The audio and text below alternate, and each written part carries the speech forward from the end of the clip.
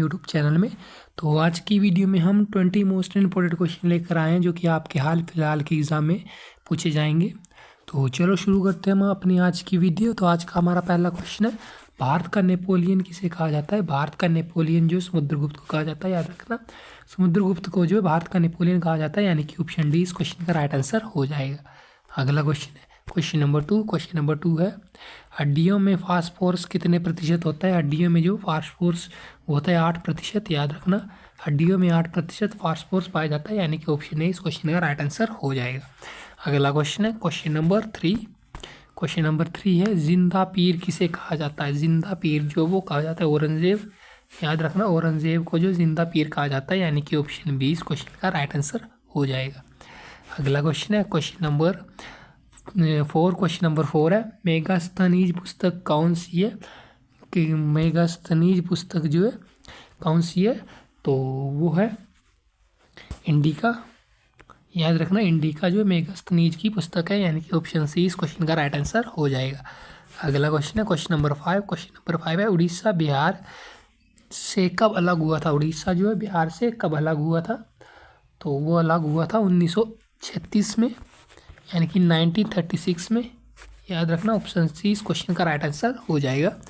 अगला क्वेश्चन है question number six है, जानवर का संबंध किस सूची से है। जानवर का जो है किस सूची से संबंध है, तो वो है समवर्ती सूची, याद रखना समवर्ती सूची से जो जानवर का संबंध है, यानी कि ऑप्शन सी इस क्वेश्चन का राइट आंसर हो जाएगा।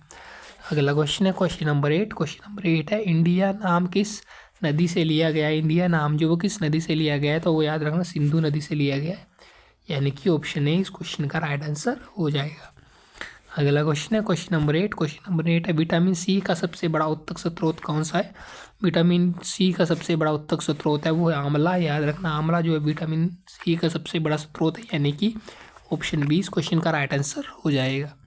अगला क्वेश्चन है क्वेश्चन नंबर 9, बादल किस कारण से वायुमंडल में तैरते हैं। बादल जो किस कारण वायुमंडल में तैरते हैं, तो वो याद रखना निम्न घनत्व के कारण जो वायुमंडल में बादल तैरते हैं, यानी कि ऑप्शन बी इस क्वेश्चन का राइट आंसर हो जाएगा। अगला क्वेश्चन है क्वेश्चन नंबर 10 है, लक्षद्वीप में कितने द्वीप समूह हैं। लक्षद्वीप में जो है लगभग कितने द्वीप समूह हैं, तो याद रखना 36 द्वीप समूह है, यानी कि ऑप्शन ए इस क्वेश्चन का राइट आंसर हो जाएगा। अगला क्वेश्चन है क्वेश्चन नंबर 11, चाणक्य का अन्य नाम क्या था। चाणक्य जो थे उनका अन्य नाम क्या था, तो याद रखना विष्णुगुप्त जो है चाणक्य का अन्य नाम था, यानी कि ऑप्शन ए इस क्वेश्चन का राइट आंसर हो जाएगा। अगला क्वेश्चन है क्वेश्चन नंबर 12, कृष्ण देव राय कहाँ के राजा थे। कृष्ण देव राय जो कहाँ के राजा थे, तो याद रखना विजयनगर के राजा थे कृष्ण देव राय, यानी कि ऑप्शन डी इस क्वेश्चन का राइट आंसर हो जाएगा।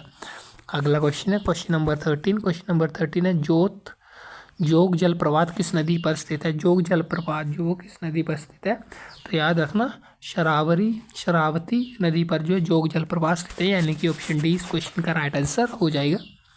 अगला क्वेश्चन है क्वेश्चन नंबर 14 है, टाइगर बूट्स किस खेल से संबंधित है। टाइगर बूट्स जो वो गोल्फ से संबंधित है, याद रखना, यानी कि ऑप्शन ए इस क्वेश्चन का राइट आंसर हो जाएगा। दोस्तों याद रखना इंपॉर्टेंट क्वेश्चन है सारे ये। अगला क्वेश्चन है क्वेश्चन नंबर 15 है, बिहार बंगाल से कब अलग हुआ था। जो बिहार है वो बंगाल से कब अलग हुआ था, तो याद रखना 1912 में, यानी कि 1912 ईस्वी में बिहार बंगाल से अलग हुआ था, यानी कि ऑप्शन डी इस क्वेश्चन का राइट आंसर हो जाएगा।